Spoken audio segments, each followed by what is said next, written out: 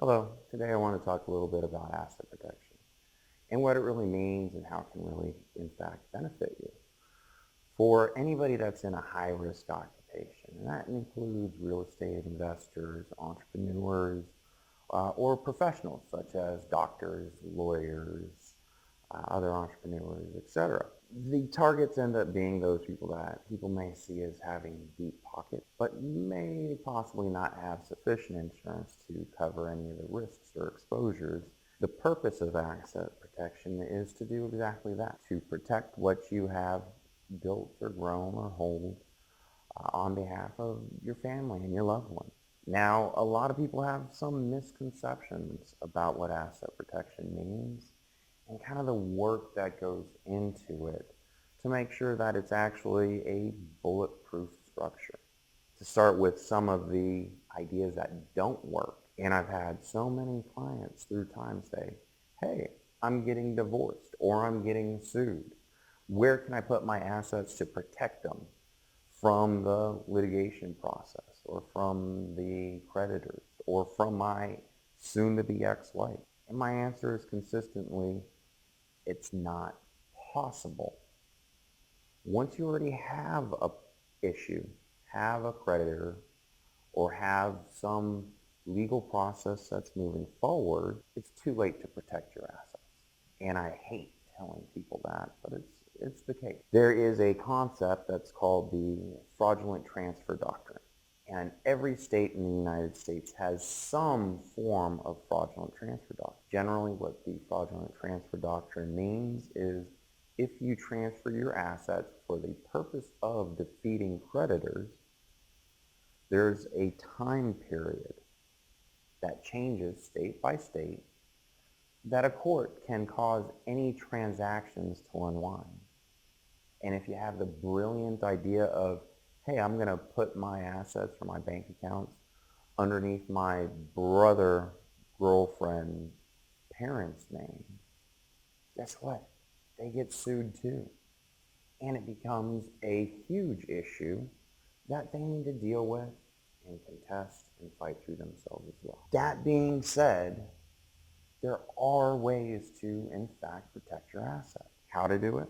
There's a matter of jurisdiction hopping and choosing what laws your assets become subject to. To put it bluntly, there are some states that have a very short statute of limitations for the fraudulent transfer doctrine. What does a statute of limitations mean?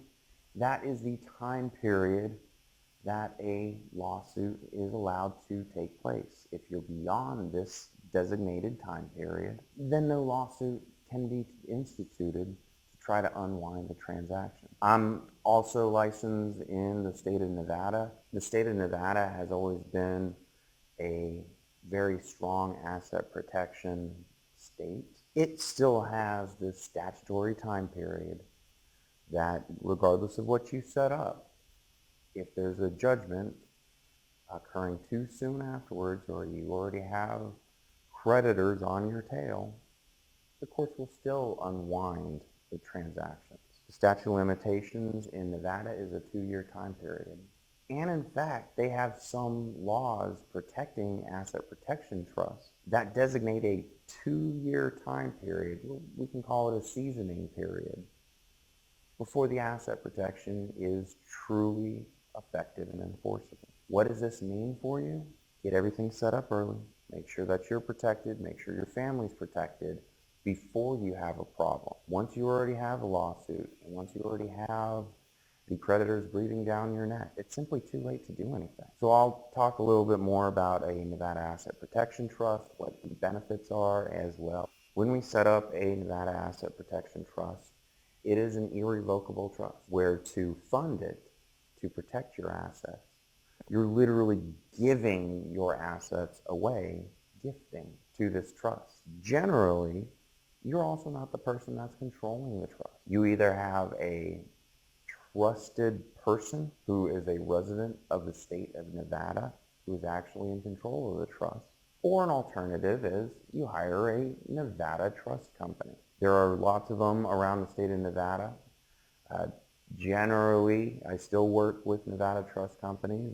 They are in the business of protecting assets. They're there to protect your assets. It can be disconcerting to be giving so much control to a unrelated third party, but there's actually a secret behind this. We always have a trust, own underneath it an LLC or some other entity that you actually control. You're the president, the manager, general partner, or whatever needs to be in control of that entity. And that's where all of your assets are actually held. And that's how you actually maintain control of your assets, regardless of the protections that are permitted and allowed because of this asset protection trust structure. What does this mean operationally? You don't own your assets, but if properly structured, you can be the beneficiary of your asset. And if something happens to you, your family is the beneficiary of your asset. Long story short, for all intents and purposes, the assets are still there to benefit you. And if properly structured with an entity underneath the trust, you're controlling the assets as well. In the state of Nevada, what this is called, and it's called this throughout the country where it is permitted, a self-settled spendthrift trust. Self-settled means I set it up for myself. Spendthrift trust means that creditors of a beneficiary cannot reach the assets of the trust itself. That is a properly structured asset protection trust. If I can set it up, I can put my assets into this trust, and then later on, my creditors can't reach the assets of that trust. Now let's talk about a few of the negative aspects of setting up your own asset protection structure. Because you are gifting your assets into the structure, they're no longer on your balance sheet.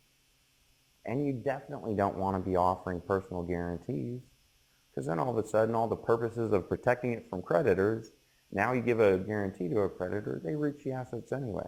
So the assets that are protected for any sort of financing purposes are not on your balance sheet, should not be considered by a lender, especially if they can't actually reach those assets in the event of a default. Another downside of this there are generally high tax rates for an irrevocable trust. There is a smaller, lower tax rate. I'm going to pull up what the tax rates are momentarily.